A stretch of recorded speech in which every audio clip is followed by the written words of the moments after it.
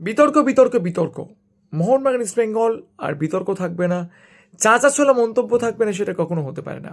Mohun Bagan east Bengal মানেই তাদের মধ্যে সবসময় একটা রাইভেলরি, এটা অলওয়েজ বিরাজমান থাকবে, এটা খুব স্বাভাবিক একটা ব্যাপার। তো কালকে মোহনবাগান সুপার জায়ান্টের তৃতীয় গোলটি নিয়ে প্রচুর বিতর্ক রয়েছে। এমনকি ম্যাচের শেষে জেমি ম্যাকলারেন তিনিও কিন্তু এসে বলে গিয়েছেন যে এই গোলটির ক্ষেত্রে তারা ভাগ্যবান ছিলেন। অন্যদিকে ইস্টবেঙ্গল ভার্সেস চেন্নাই এফসি ম্যাচে ইস্টবেঙ্গলের প্রথম গোলটি নিয়েও বিতর্ক রয়েছে, সেটিও যদি রেফারি না দিত কারোর কিছু বলার থাকতো না।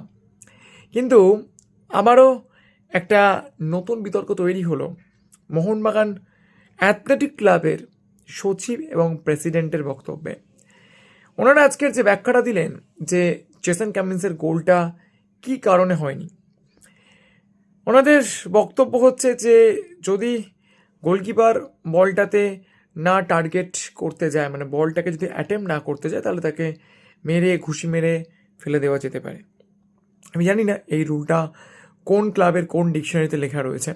এটা আমি নিশ্চিত এটা মোহনবাগান সুপার জায়ান্টের বক্তব্য কখনোই হতে পারে না, তার কারণ এই সৃঞ্জয় বসু এবং দেবাশিস দত্ত এনারা দুজন মোহনবাগান ক্লাবের অ্যাথলেটিক ক্লাবের যে ব্যাপার স্যাপারগুলো চলে সেখানে তাদের বক্তব্য খাটলেও কিন্তু মোহনবাগান ফুটবল টিমে এনাদের কোনো ভূমিকা নেই, শুধুমাত্র কিছু বাইট দেওয়া ছাড়া। তার কারণ সঞ্জীব গোয়েঙ্কা বা বিনয় চোপড়া এনাদের কোনো কথা শোনেন বা কোনো কথাকে গুরুত্ব দেয় বলে আমার ব্যক্তিগতভাবে মনে হয় না। কিন্তু এনারা আজকে যে মন্তব্যটা করলেন সেটা এক প্রকার অস্বাভাবিক ছিল, এবং তার সঙ্গে সঙ্গে এনারা আরও একটা জিনিস আমাদেরকে আজকের বোঝালেন, সেটা হচ্ছে ইস্টবেঙ্গল ক্লাব তারা কখনো ট্রফি জেতে না, ইস্টবেঙ্গল আই লিগ চ্যাম্পিয়ন হয়নি।